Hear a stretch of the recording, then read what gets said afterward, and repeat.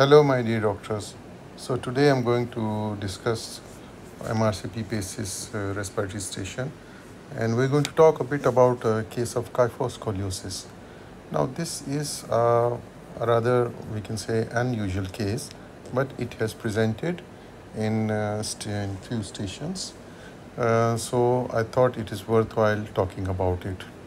So let's move on with our presentation for the Mrcp basis respiratory station.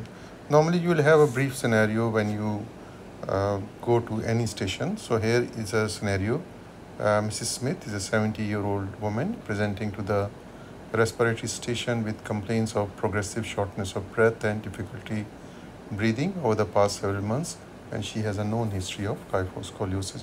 So here they have already given you the diagnosis. So it means your job is quite simple actually. So only you have to do a thorough respiratory system examination and then think about all the complications that can happen because of the kyphoscoliosis, and be prepared to rehearse what type of questions the examiner can ask. So as I told you, for this station, because this is a respiratory station, it's a short station, so no need to take any history. You just introduce yourself, you take consent from the patient and start with the respiratory examination. So detailed respiratory examination, always all the examination usually they starts with inspection.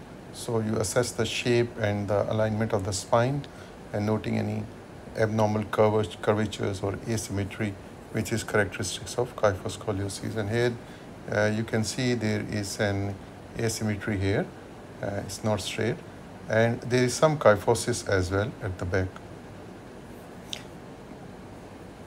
Then you're going to look for any signs of respiratory distress, such as increased work of breathing, or if the patient is using any accessory muscles, or paradoxical chest movement. And obviously on inspection you are looking for a thoracic asymmetry, any rib prominence, and shoulder height discrepancy. After doing the inspection, so inspection do from the front as well as from the back, then you start by the palpation. So palpate the chest wall for any tenderness, deformities, or bony prominences which may indicate the underlying spinal curvature, and also assess for chest expansion and symmetry during deep inspiration, so noting any restrictions or asymmetry.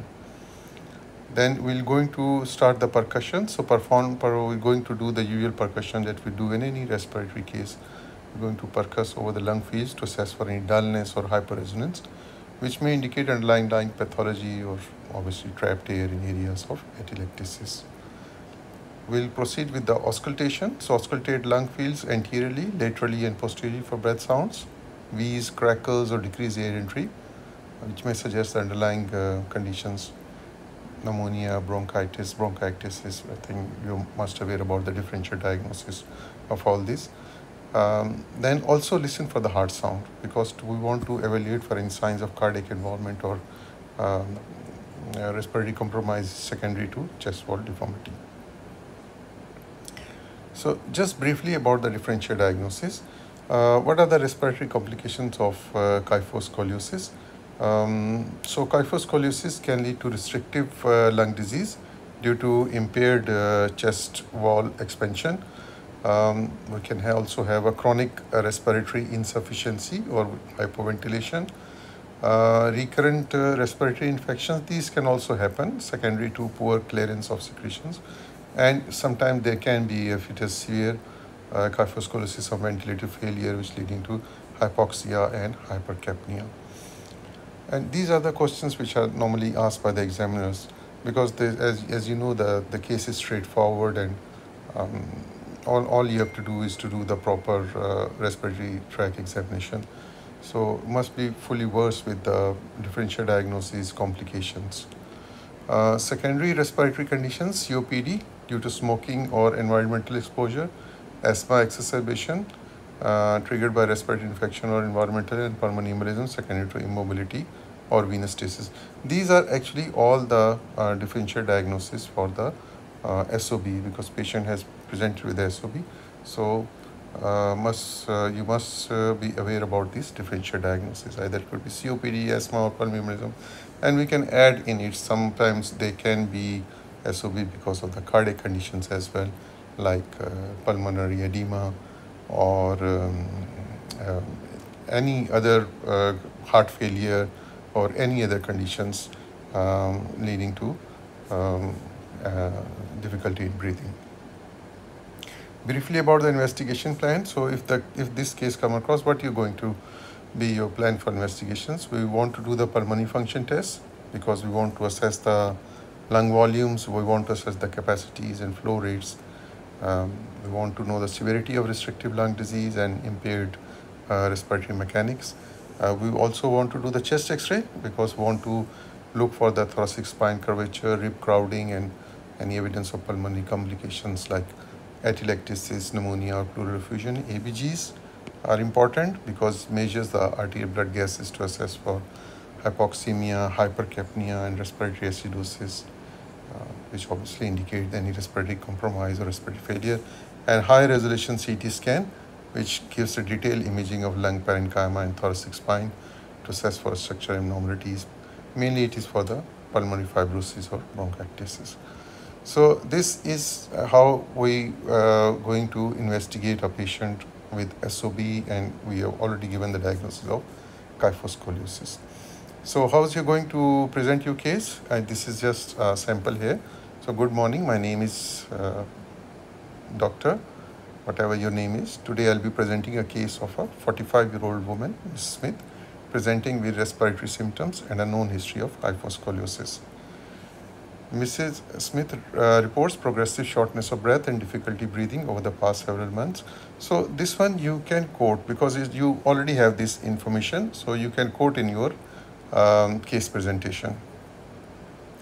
Then you're going to proceed and give the examination findings. On examination, she demonstrates thoracic spinal curvature, reduced chest wall expansion, and signs of respiratory distress.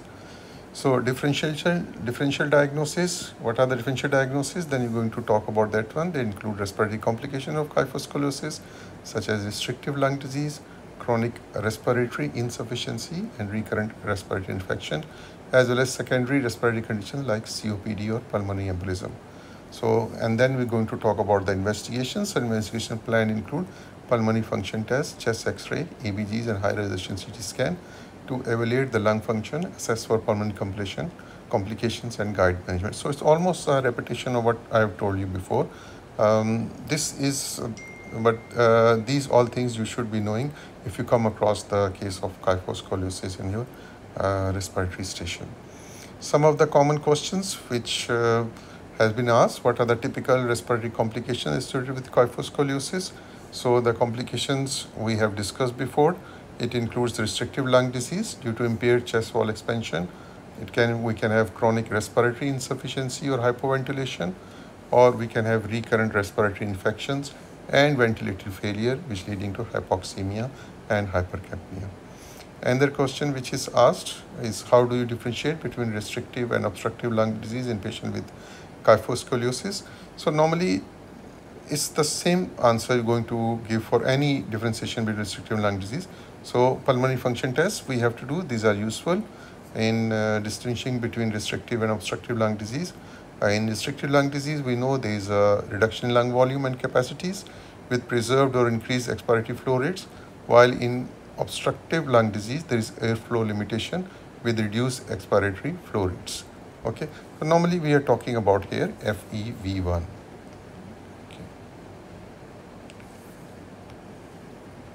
So what imaging modality would you choose to assess the extent of thoracic spinal curvature and pulmonary complications in this patient?